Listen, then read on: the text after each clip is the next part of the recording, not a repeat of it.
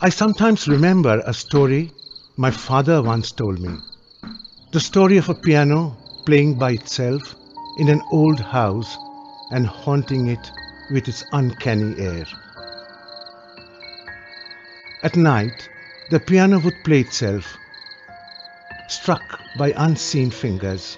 The notes filled the sleeping house with a random melody. Ghosts, whispered the servants. Gradually, the discordant nocturne became an accepted descant to the creak and groan of the old mansion as it settled to rest after the bustle of the day.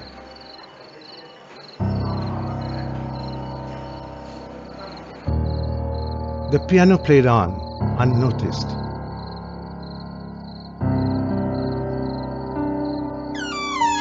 And then, one day, its secret was revealed.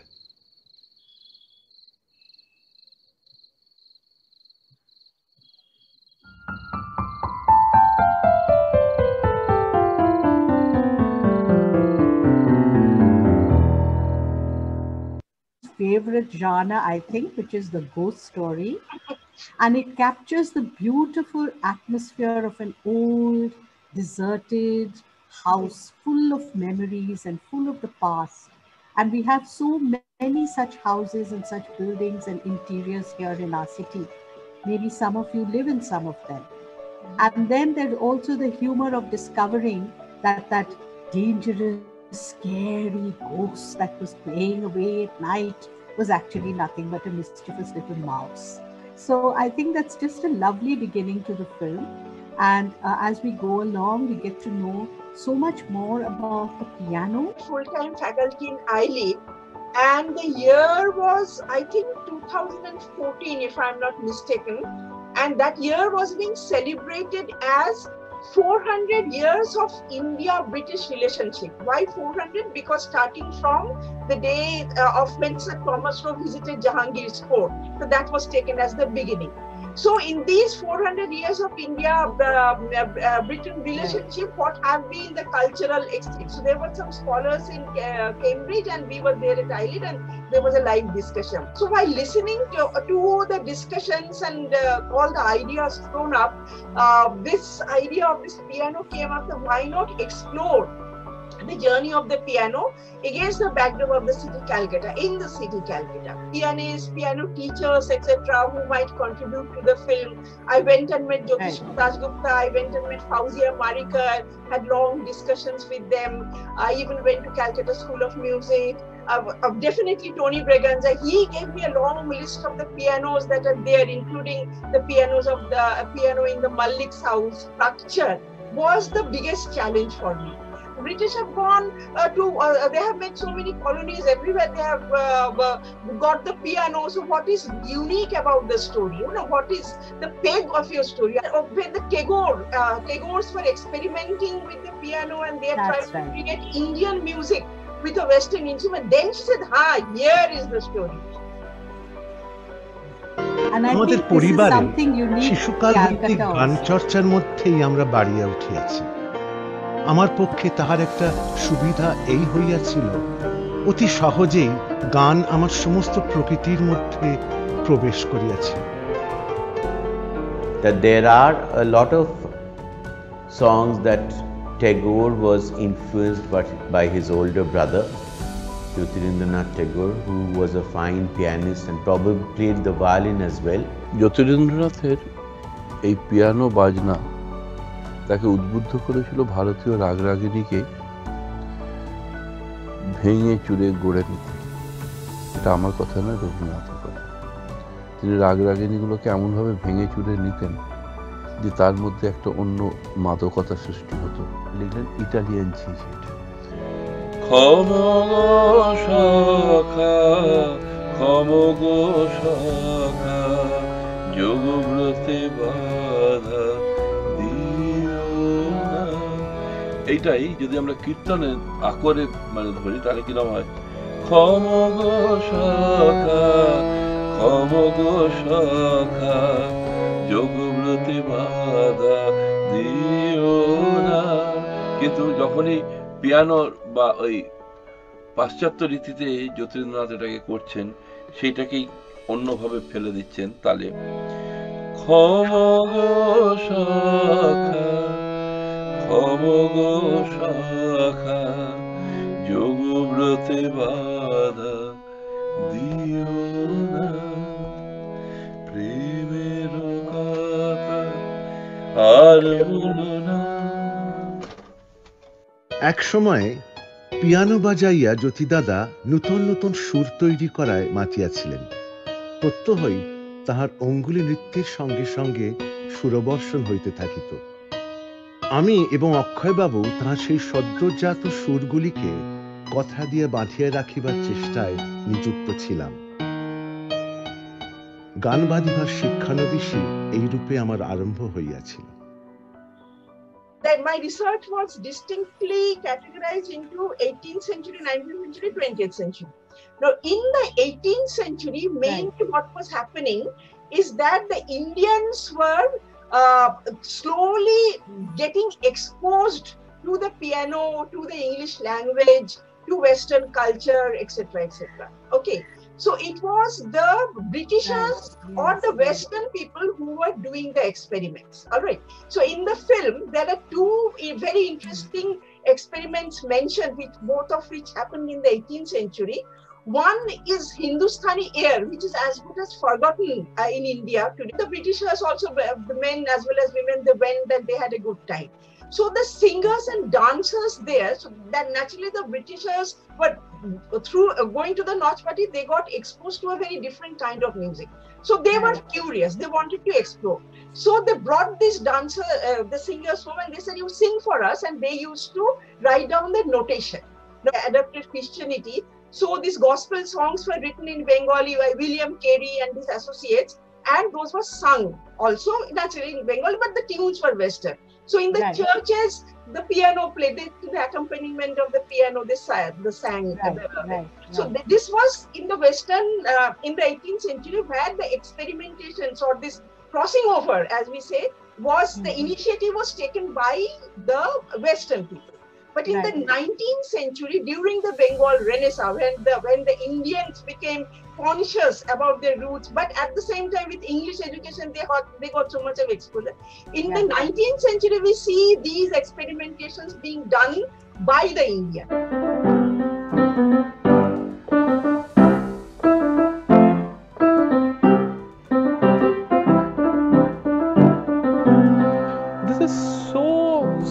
And so close to any major Western classical piece that you have, but has an infusion of great Indian ragas.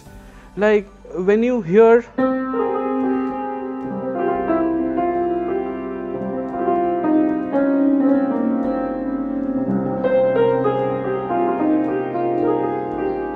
this is typically a Bhairavi, which he plays in an instrument like piano and records. So if you hear, say, something like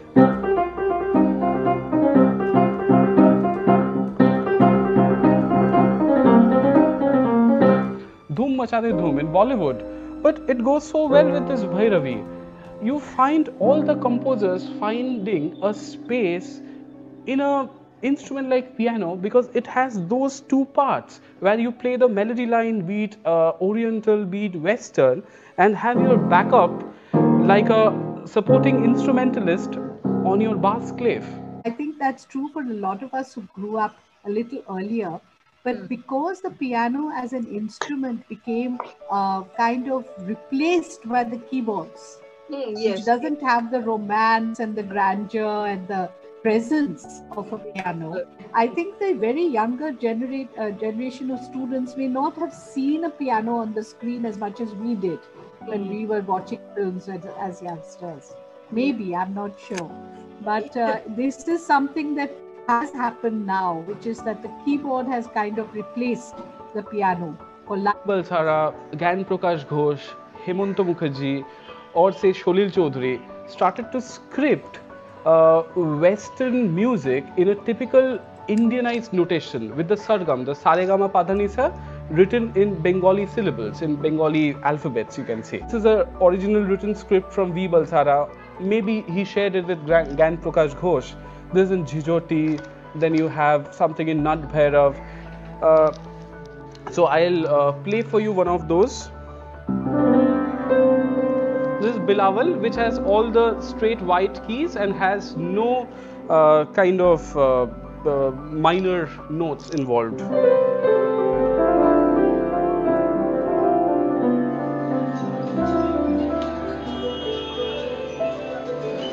This flow of our old North Calcutta lineage, of the Tagorean thoughts, of songs from old composers, of say a Bara Bazaar, which offers you so much of variety, which offers you, the narrow lanes with beautiful colors.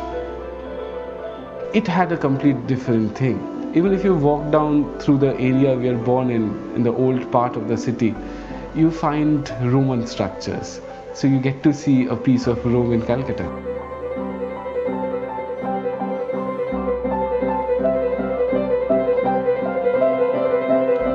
In the Second World War, so many American soldiers came and stayed here.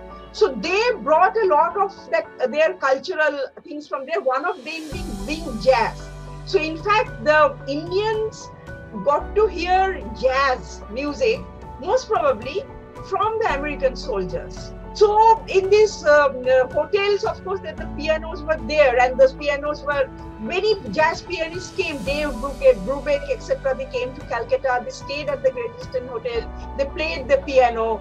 So all sorts of experimentations were happening. And then, of course, Park Street developed, where live music was played in all the restaurants. 20th century is further experimentation, new kinds of music. Interesting story during my research I came across that the piano at the Great Eastern Hotel, which used to be there at Maxim's Bar in Great Eastern Hotel, that fell into very bad shape because the economic West Bengal, there was a big economic downturn in West Bengal because of the Bangladesh Liberation War, and before that the Naxalite movement and all that. The musicians, the Anglo-Indian musicians largely, there were still a few people who were playing live music on Park Street. And certainly this, but the new music you were talking about, Nandan Bagchi, Carlton Keto, it was wonderful to, Carlton was of course a guitarist par excellence, but every time we had a musical performance, the piano would be absolutely integral to it. Right. So it was wonderful to see that the movie has actually brought in the more recent aspect of the piano as well. The Great Eastern piano is also a very, very old piano. But I have seen that piano when I was a kid. The hotel, as you know, was obviously founded by David Wilson. But it was not called the Great Eastern Hotel. He named it after the Governor General at that point of time, Lord Auckland. So it was for many years called the Auckland Hotel. We bought this hotel in an open bid. And we actually bought the property in 2006. And the restoration started in 2007.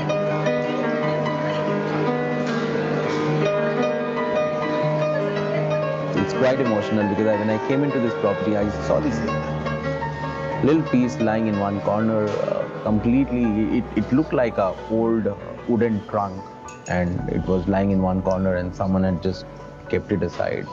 That we were talking about a piano which probably is the rarest in the country. When people had a good look at it, they realized that this was an original M.F. Rashal German piano. But we then, of course, took that extra step to ensure that we restore it and bring it back to its original glory.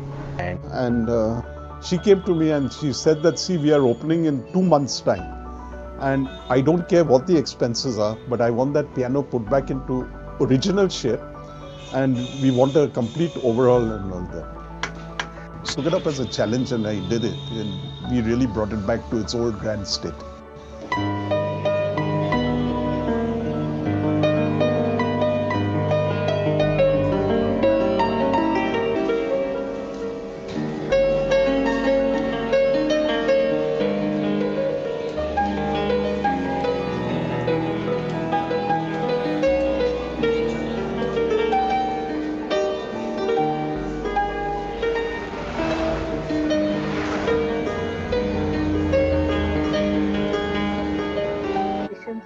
walking into Trinkas. Yeah. Which many years was one of the few places that still had live bands playing on Park. Yeah. And no, in fact, when I went to interview them, Shashi Puri and Deepak Puri, they said at that time they were trying to revive jazz. In fact, Shashi Puri is a very accomplished pianist. In Loreto House, how the nuns used to teach piano, because she passed out from Loreto House. And her initial lessons in piano were in Loreto House. So she have described very nicely the piano classes that used to happen in Loreto House. That first, that finger movement with, I think, that cardboard or paper keys. Ma'am, did you find it easy to get information on this topic? Thank you. Yeah, the information, it was easy because everybody was very cooperative. You know, the piano teachers, Tony Braganza, the other pianists who have appeared here. So everybody was very happy to talk about it. Has there been a similar assimilation of the piano with indigenous music in other parts of India? That in South India there have been some experimentation. I say that this sort of assimilation, the way the Bengal Renaissance stalwarts, they absorbed the piano and integrated Western ideas into Indian music. That has not. I mean, this is unique to the story of piano in Calcutta. First question is, why are documentary films not showcased in cinema halls or television? It's perceived that documentary films will not attract the audience because they don't have stars and there isn't. This is of course about music, but otherwise there are no song and dance sequences, etc., etc. So that is why the cinema hall owners or the distributors, they don't want to invest in them. Only exception is NDTV, because NDTV still showcases documentaries under their NDTV profit channel. Okay, so but otherwise none of the other private channels think that this will bring in TRPs and advertisers. Called Films Division, that's under Government of India. Their headquarters is in Bombay.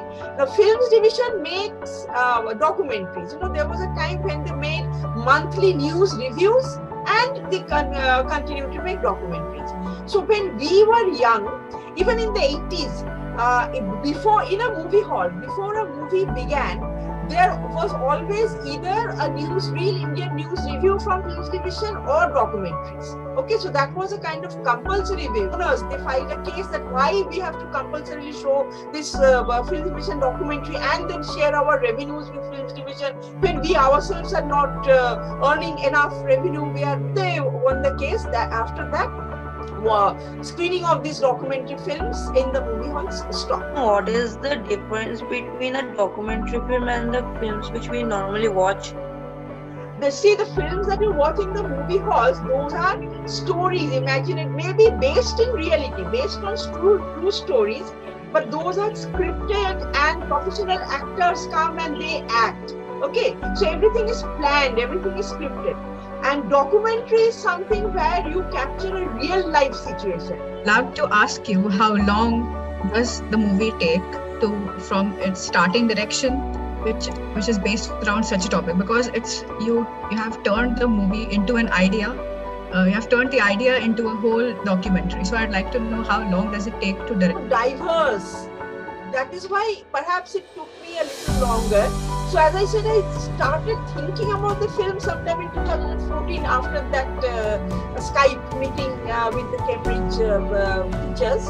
Okay, and then I finished the movie in 2017. In recent trends, we have this trend of EDM music. So I would really like to know your opinions about the fusion of electrical music and classical music. I think I love the idea of blending electronic music with more traditional forms and acoustic forms. And as long as it works, and sometimes experiments fail and sometimes they succeed, but I think it's important to take a risk. How should they develop interest for a film like you have made, and also the interest for conservation of our heritage? Thank you. So I think Sri Sri Academy is already in the forefront. The heritage consciousness, that the idea that you have to be conscious of your heritage and try to preserve it, be proud of it, that is already there. Okay, so you are doing a very good work. Films can be shown, and if the filmmaker is available, filmmaker can come and discuss. So film clubs are a good way of giving the students exposure to different kinds of films. Which, as a teacher of history, I find that over the years, less children want to study history because of the entire volume that you have in Indian history and Western history. And I understand that the facts are not so important, but facts are definitely important when you understand a period or what happened after that or as a consequence of that. So I feel that, have you ever explored as a filmmaker that we could have a few documentaries instead of a few chapters in our history textbook? A documentary is different from a commercial film in the fact that it explores. It's also unraveling an issue, or especially this particular one, Calcutta Sonata, is a historical document because you used and pieced everything together. So why couldn't we just have 2 documentaries as part of our history syllabus at every level, right? Starting from class 4, you know? Yeah, you should. Actually, you should have. And I'll tell you, not only documentaries, Kaveri Dutt asked me to write a piece on how Saumitra's films can be brought into the classroom. So while writing that, I realized that Ray's film Ghore Baire, okay, that is an excellent kind of treatise on the Swadeshi movement, and which brings out the inner contradictions of the Swadeshi movement, the various cross currents during the Swadeshi movement through the stories of the 3 protagonists there. So there are some feature films also which are grounded in history, and those can also be screened, and with the ensuing discussion they can be brought. Right, that's done. They've used films on the Diary of Anne Frank, World War II. They've used it on very famous icons. But you know, something as simple as this, it reflects a trend, reflects ordinary people, reflects another genre like music. So I felt it's never been explored with any university or a board that, let's reduce 2 chapters, let's take in 2 documentaries, and the team I think that's an excellent idea, and we can always do that. We can always get children to enjoy, because see the questions that are coming in because they've enjoyed it.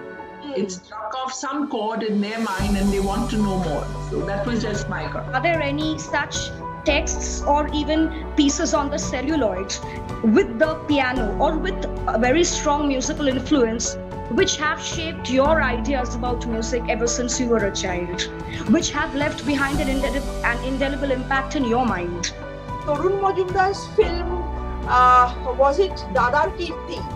So there also, in so many Bengal films there was piano, but the way that piano was played, Hemanta Mukherjee was the music director there, and the way the piano was played, that entire rendering, it's so different. Okay, so that, I was a college student, so very impressionable, so that stuck with me. So that is one thing I remember. Sound of Music, now also if you watch, you learn something new.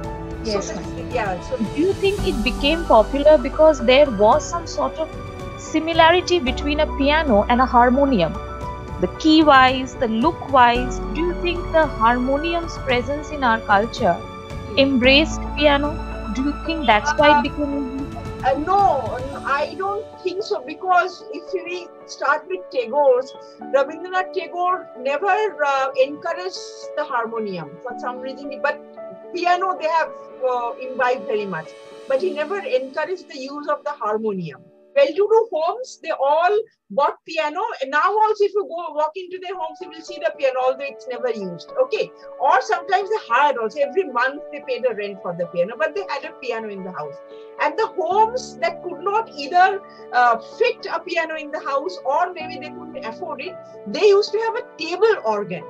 All right, so in the film, you will see that Soumendra also playing a table organ. So table organ is a wind instrument. The piano is a string instrument. Table organ is a wind instrument. You paddle with your feet and you play it, and it's much smaller. It's not 8 octaves. Its characteristic forte is its ability to capture and communicate the intimacies of human mind. So you would definitely agree with this, ma'am. And on this note, we declare today's event over.